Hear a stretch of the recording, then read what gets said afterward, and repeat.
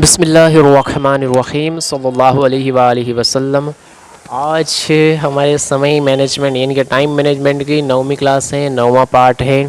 तो आज जो हमारा पार्ट है इसका समय के सर्वश्रेष्ठ उपयोग का नौवां सिद्धांत यानी कि 9 नंबर, स्वयं को व्यवस्थित करें यानी अपने आप को सुधारें, अपने आप को बेहतर बनाए, अपने आप को अपडेट रखें, अपने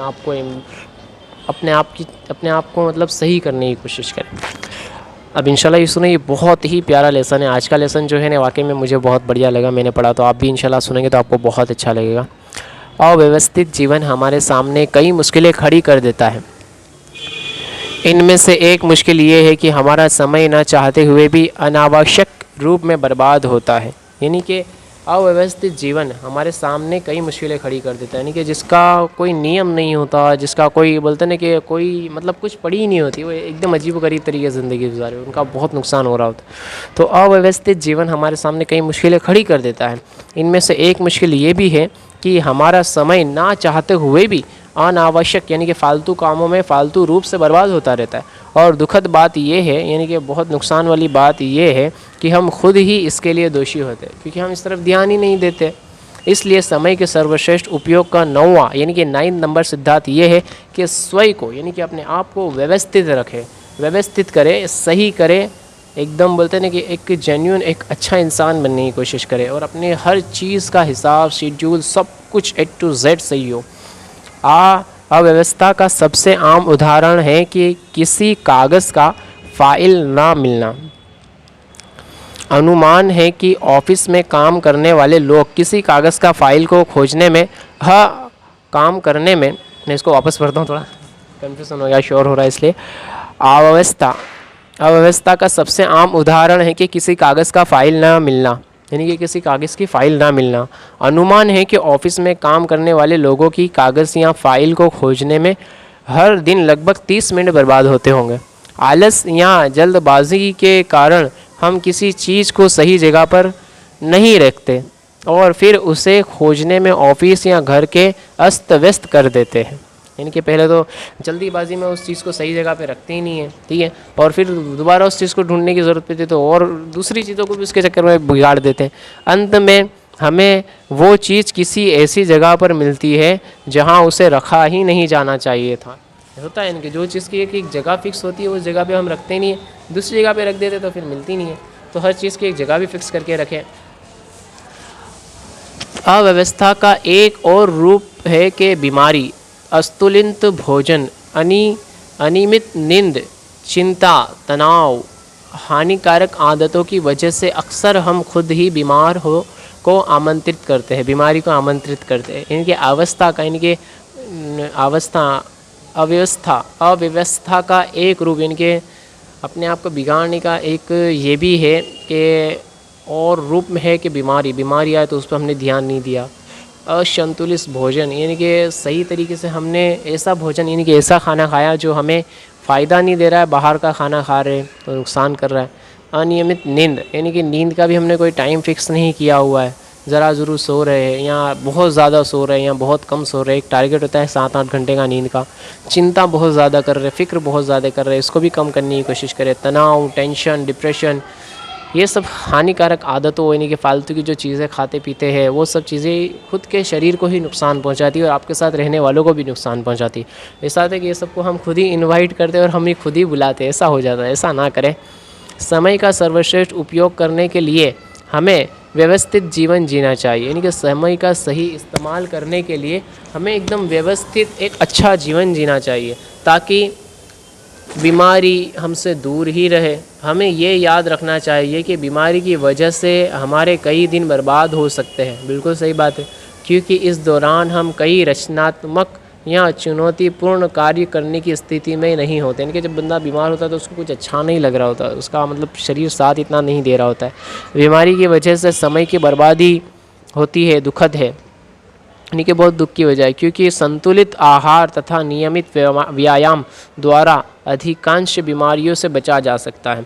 यानी कि एक अच्छा खाना और रोज़ाना कसरत की वजह से बंदा बड़ी बड़ी बीमारियों से बच सकता है। जैसे कि अच्छा खाना खाए, घर का खाना खाए, फालतू में बाहर इतना खाना ना खाए, अच्छा खाना खाए और रोज़ाना कुछ कसरत कर लिया करे, जिम जाया करे। जिम नहीं जा सकते तो घर पे ही कुछ पुशअप कर ले या साइकिलिंग वगैरह कर ले, थोड़ा अपनी बॉडी को थोड़ा अच्छा लगेगा। अव्यवस्था का एक और रूप है कि आवश्यकता से अधिक या कम भोजन करना। यानी कि एक नुकसान का अपनी बॉडी का एक ये भी है कि लोग बहुत ज़्यादा खाना खा लेना या बहुत कम खाना खा लेना, दरमियानी नहीं खाना जितना ज़रूरत है। दरमियान जितना बहुत ज़्यादा खा लेंगे तब भी नुकसान करेगा, बहुत कम खा लेंगे तब भी नुकसान करेगा। तो एक लिमिट में इस्तेमाल करेंगे, ना ज़्यादा हो ना कम हो। अधिकन भोजन करने के बाद हम सुस्त पड़ जाते हैं, यानी कि ज़्यादा खाना खाने के बाद हम सुस्त पड़ जाते हैं, हमारी एकाग्रता और ऊर्जा में कमी आ जाती है, यानी कि हम आलसू बन जाते हैं, जिस वजह से हमारा काम अच्छी तरह नहीं हो पाता। दूसरी तरफ ज़रूरत से कम भोजन करना भी ठीक नहीं है, क्योंकि ऐसा करने से हम कमज़ोरी या सिर दर्द होने लगता है, हम जल्दी थक जाते हैं, चिड़चिड़े हो जाते हैं और इस वजह से अपने काम को पूरी एकाग्रता से, यानी कि पूरे ध्यान से और पूरी ऊर्जा के साथ नहीं कर पाते। ये कब होता है? जब हम कम खाना खाते, कमज़ोर हो जाते। मेरे साथ बहुत होता है, हालांकि मैं फिर भी अच्छी तरीके से खाने की कोशिश करता हूँ, लेकिन काफ़ी कमज़ोर कभी कभी मैं भी पड़ जाता हूँ। अव्यवस्था का एक और रूप है कि अनावश्यक चर्चा, चाहे वो चर्चा प्रत्यक्ष हो या अप्रत्यक्ष। जैसे फ़ोन पर चर्चा करने से पहले यदि हमारे पास आवश्यक बातों की बिंदुवार योजना हो तो चर्चा सार्थक होती है। यानी कि फालतू बातों में लंबा टाइम निकाल देना, अगर सही बात कर रहे तो फिर कोई मसला नहीं, कोई बात नहीं। परंतु अगर हम फ़ोन पर गैर ज़रूरी बातें करते रहें और ज़रूरी बातें भूल जाए तो निश्चिंत रूप से ये हमारी लापरवाही का सूचन और समय की बर्बादी का उदाहरण। यानी कि जो मेन चीज़ काम, जो मेन फ़ोन पे बात करनी चाहिए, जो मेन काम है, हम उसकी तरफ ध्यान नहीं दे और इधर उधर दूसरा लगे रहे, तो फिर वो हमारा ही नुकसान है कि हमारा टाइम भी जा रहा है और क्या बोलते हैं, अपना जो ज़रूरी बात करनी थी वो कर नहीं पाए और दूसरे चीज़ों के अंदर टाइम फालतू में निकल गया और वो हमारी माइंड को भी डिस्टर्ब करेगा, बॉडी को भी डिस्टर्ब करेगा। अव्यवस्था का एक और आम उदाहरण है कि बिना अपॉइंटमेंट लिए किसी से मिलने चले जाना। यदि आपने अपॉइंटमेंट नहीं लिया है तो हो सकता है कि आपको मिलने के लिए अनावश्यक इंतज़ार करना पड़े और आपका समय बर्बाद हो। यानी किसी से मिलने से पहले एक दिन पहले उसको पूछ ले कि भाई मैं आपसे मिलने आने वाला हूँ या मैं आपसे मिलने आने वाली हूँ, जो भी आपको बोलना हो बोले उनसे, और फिर उनका टाइम लेके उस टाइम पे पहुँचे कि ना सामने वाले का टाइम बर्बाद हो और ना आपका टाइम बर्बाद हो। ये भी हो सकता है कि सामने वाला आपसे मिले ही नहीं और आपके आने जाने का पूरा समय बर्बाद हो जाए, ये भी हो सकता है।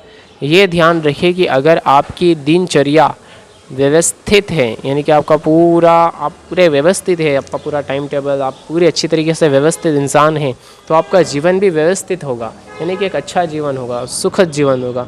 जब आपका जीवन व्यवस्थित होगा तो आप सहजता से समय का सर्वश्रेष्ठ उपयोग कर पाएंगे। यानी कि अपने आप को एकदम बोलते हैं कि व्यवस्थित बनाने की कोशिश करें, अच्छा खाना खाए, अच्छे से रहे, अच्छी नींद लें, अच्छे लोगों के साथ रहें, अच्छी बातें करें, अच्छी बातें सोचें, क्योंकि ये बहुत ज़रूरी। आप जैसा सोचोगे, आप फालतू की बातें सोचोगे तो आप वैसे ही मतलब टेंशन में होते रहोगे, अच्छी बातें सोचोगे तो आपको खुश रहोगे। इन शॉर्ट ये है कि आपको खुश रहने की कोशिश करना चाहिए। देखिए, जितना लाइफ में टेंशन बहुत होता है, हर किसी के साथ परेशानी होती है, हर किसी के साथ कुछ ना कुछ लगा हुआ ही है। दुनिया में शायद ही कोई ऐसा इंसान होगा जिसकी लाइफ में तकलीफ़ नहीं होगी, परेशानी नहीं होगी, दुख दर्द नहीं होगा। तो इसका मतलब ये थोड़ी ना है कि हम बोलते हैं कि अब ये टेंशन आया तो दूसरा अपने ऊपर ले लेके ऐसी ऐसी हरकतें करे जिसकी वजह से हमारी तबीयत ख़राब हो जाए, यानी कि जो बंदा है उसकी तबीयत ख़राब हो जाए। फालतू के शौक़ कितने ऐसे होते हैं जो शराब पीने लग जाते हैं, सिगरेट पीने लग जाते हैं, फालतू में मतलब अपना वर्क इधर उधर बर्बाद करने वाले बन जाते। तो ऐसा सब करके फ़ायदा कुछ नहीं, हर तरीके से वो नुकसान अपना ही कर रहे होते।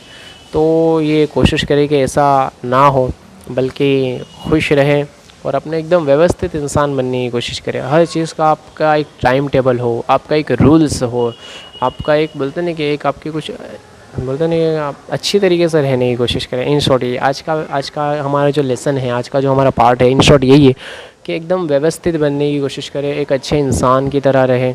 अच्छा बड़ा आप कितना क्या होता है पता है? एक मिनट रुक जाइए, माइक वो रबड़ गिर गया है।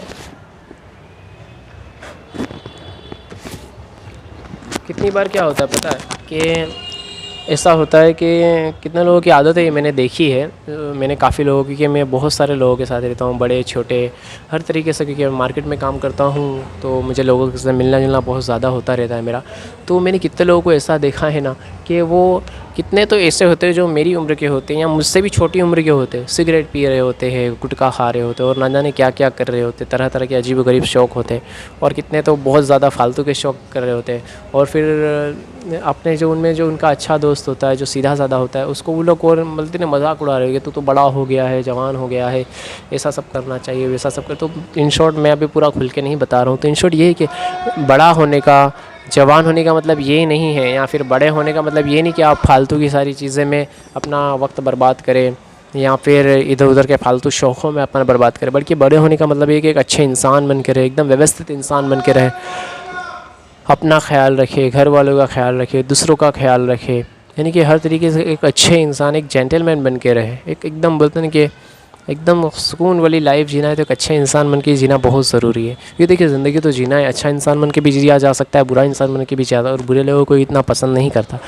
तो सुख यानी कि एक अच्छा और खुशहाली वाला जीवन जीने के लिए आपको अपने आप को बदलना ही पड़ेगा। आप जब तक अपने आप को नहीं बदलोगे तब तक कुछ नहीं होगा। पूरी दुनिया बदल जाएगी तो कोई फ़र्क नहीं पड़ेगा। ज़रूरी है कि हम अपने आप को बदलें। जब तक हम अपने आप को नहीं बदलेंगे, जब तक हम कुछ भी नहीं कर पाएंगे। जब आप अपने आप को बदलने में कामयाब हो गए तो इंशाअल्लाह कामयाबी आपकी कदम चूमेगी और आप खुशहाल होने लगेंगे। तो उम्मीद करता हूँ कि आप भले ही मेरी उम्र के होंगे या मुझसे बड़े होंगे, तो ऐसे अगर आप कोई भी फालतू शौक़ कर रहे तो ना करें, अल्लाह के वास्ते ना करें, अपने फैमिली वालों के ध्यान दें।